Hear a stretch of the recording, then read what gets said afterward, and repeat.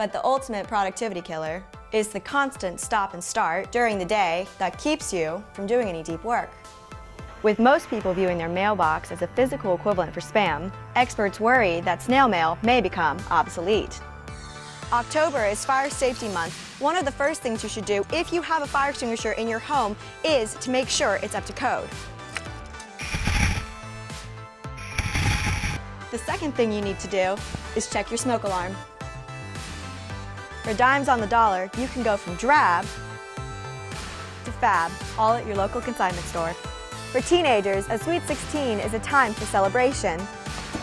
But for parents, it can also be a time for concern. But luckily, there are apps that parents can use to track their child's locations. And that can turn that concern into peace of mind. With wedding season officially in bloom here in East Tennessee, I turn to a few bridal experts to see just why Knoxville is the place to be wed this spring. The wedding vendors in Knoxville are some of the highest quality vendors you will find anywhere, not just in Tennessee, but anywhere. Very competitive market, and the brides push us to be that competitive. There are many locally owned businesses to choose from here in Knoxville, which means caring and attentive service every step of the way. We always make sure they have their venue and that they have their dresses, and then it's time to start planting flowers. So it's never too early as long as you know what direction you're going. There is a timeline to follow when planning a spring wedding. Most consultants recommend securing your date and venue as soon as possible, then to your formal wear and flowers. Our May and June girls saw us last summer, so we're on to next spring and summer girls right now. A definite upside to saying your I do's in Knoxville, the city's low cost of living may save you from breaking the bank. Weddings are still fairly inexpensive compared to other areas of the country. It still is like an arm and a leg, but it's like a smaller arm and a leg. No matter the style, there's a little something for every bride planning her wedding here in East Tennessee. I feel like no matter what look you're going for, there's something that's pretty fantastic nearby. Police say it was 20 degrees outside and only around 50 degrees inside this assisted living facility when they discovered 9 people living inside without any heat. The owner has been arrested and is facing charges, but tonight she's also defending herself.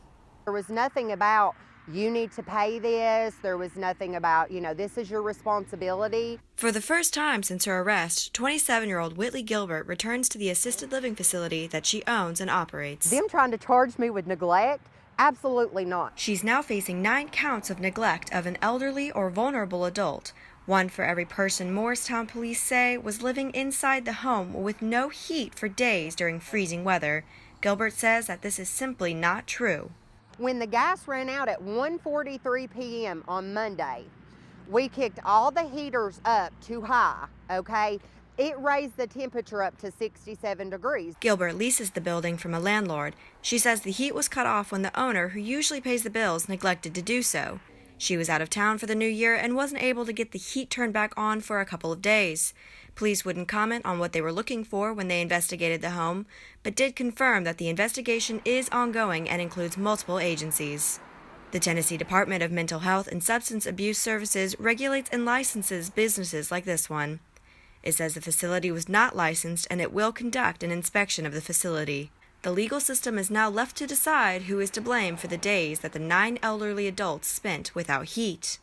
Every single one of them patients absolutely love me and know that they are very well taken care of. And Gilbert is expected to appear in court in early February. For 10 News, this is Allison Woodall reporting. Everyone knows that baseball is America's pastime. But not everyone knows about the dedicated women who work behind the scenes.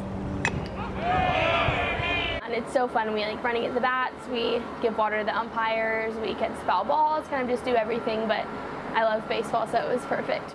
The Spring Sports Ambassadors, better known as UT's Diamond Girls, can be seen helping out at every game. But for one senior, baseball has been a part of her life as long as she can remember. Yeah, I started when I was 5, so I played from 5 till senior year of high school. And then my dad played from when he was, I think, 5 till he was a senior in high school, and my little brother did the same thing. Instead of being sad to no longer be playing, she decided to join something bigger than herself and help promote a team that may not be getting all the attention it deserves on campus.